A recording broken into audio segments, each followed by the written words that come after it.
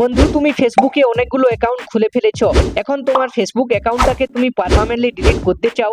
এই ভিডিওতে কিন্তু আমি সেটা দেখিয়ে দেবো স্টেপ বাই স্টেপ। তুমি শুধু দেখবে। তুমি প্রথমে তোমার যে ফেসবুক অ্যাকাউন্টটা ডিলিট করতে চাও সেই ফেসবুক অ্যাকাউন্টটাকে লগইন করবে। লগইন করে তোমার ফেসবুক অ্যাকাউন্টে চলে আসবে। ফেসবুক অ্যাকাউন্টে কিন্তু আসার পরে কি কি করতে হবে সেই স্টেপগুলো ভালোভাবে দেখো, না হলে কিন্তু তুমি তোমার ফেসবুক অ্যাকাউন্টটাকে ডিলিট করতে পারবে না। ফেসবুকে চলে আসার পরে উপরে দেখো ডান দিকে একটা থ্রি লাইন আছে না, এই থ্রি লাইনটাই তুমি ক্লিক করবে। এরপরে বন্ধু এরকম একটা পেজ পাবে। এখানে উপরে দেখো একটা সেটিং এর চিহ্ন দেওয়া আছে, এই সেটিং এর চিহ্নটাই ক্লিক করবে। এরপর কিন্তু এরকম পেজ পাবে। এখানে ভালোভাবে দেখবে অপশনগুলো, না হলে তুমি এখানে ভুল করে দেবে।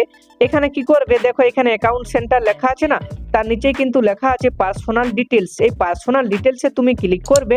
এরপরে অ্যাকাউন্ট সেন্টার লেখা আছে, আবার এরকম নতুন পেজ পাবে। পেজটাকে স্ক্রল করবে, দেখো এখানে লেখা আছে কিন্তু অ্যাকাউন্ট সেটিংস লেখা আছে না, তার নিচে লেখা আছে পাসওয়ার্ড এন্ড সিকিউরিটি। তার নিচে দেখো আবার লেখা আছে পার্সোনাল ডিটেলস। তোমাকে কিন্তু আবার পার্সোনাল ডিটেলস অপশনটাই ক্লিক করতে হবে। এরপর এরকম একটা পেজ বেরোবে, লেখা আছে personal details, contact info, birthday. তার নিচে লেখা আছে অ্যাকাউন্ট ওনারশিপ এন্ড কন্ট্রোল। তুমি এখন এই অ্যাকাউন্ট ওনারশিপ এন্ড কন্ট্রোল লেখাটাই ক্লিক করবে। এরপরে কিন্তু এরকম একটা পেজ পাবে, এখানে লেখা আছে অ্যাকাউন্ট ওনারশিপ এন্ড কন্ট্রোল। এইখানে দুটো অপশন আছে। সেকেন্ড অপশনটা দেখো লেখা আছে ডিঅ্যাক্টিভেশন ও ডিলিটেশন লেখা আছে না, তুমি এখন এই অপশনটাই ক্লিক করবে। এরপরে ডিঅ্যাক্টিভেশন ও ডিলিটেশন উপরে বড় বড় করে লেখা আছে, এরকম একটা পেজ পাবে। এখানে দুটো কিন্তু প্রোফাইল দিয়েছে, আমার ফেসবুক প্রোফাইল, ইনস্টা প্রোফাইল। আমাদেরকে কি করতে হবে না, আমাদের ফেসবুক প্রোফাইলের উপরে ক্লিক করতে হবে।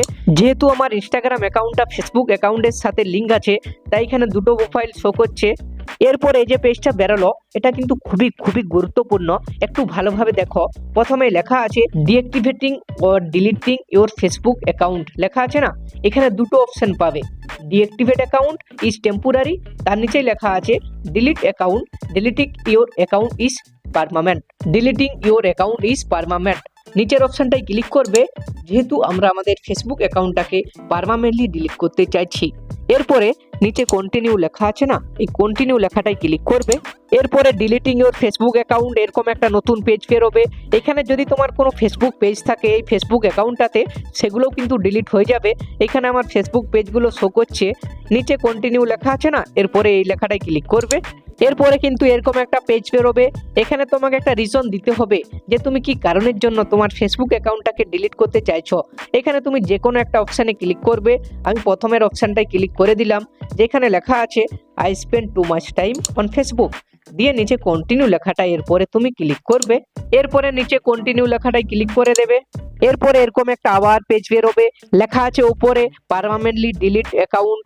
পেজটাকে স্ক্রল করবে, একেবারে নিচে নিয়ে যাবে। তার আগে বলে রাখি, যদি তুমি তোমার ফেসবুক প্রোফাইলে যত ভিডিও ফটো আছে না সেগুলো ডাউনলোড করতে চাও, এখানে দেখবে ডাউনলোড ইওর ফেসবুক ইনফরমেশন লেখা থাকবে। ডাউনলোড ইনফো লেখাটাই ক্লিক করে সব কিন্তু ডাউনলোড করে নিতে পারবে। এরপরে পেজটাকে নিচে স্ক্রল করবে, নিচে কন্টিনিউ লেখাটা এরপর ক্লিক করবে। এরপরে কিন্তু এরকম একটা পেজ বেরোবে। এইখানে তোমাকে তোমার ফেসবুক অ্যাকাউন্টের পাসওয়ার্ডটা দিতে হবে। যদি তুমি তোমার ফেসবুক অ্যাকাউন্টের পাসওয়ার্ড ভুলে গেছো, তাহলে কিন্তু এই ভিডিও শেষে কিন্তু একটা ভিডিও আমি অ্যাড করে দেব, যে ভিডিওটা দেখলে তুমি কিন্তু তোমার ফেসবুক অ্যাকাউন্টের পাসওয়ার্ডটা খুঁজে পেয়ে যাবে। পাসওয়ার্ড দেওয়ার পরে নিচে কন্টিনিউ লেখাটায় ক্লিক করবে, তাহলে কিন্তু তোমার ফেসবুক অ্যাকাউন্টটা চিরদিনের জন্য ডিলিট হবে।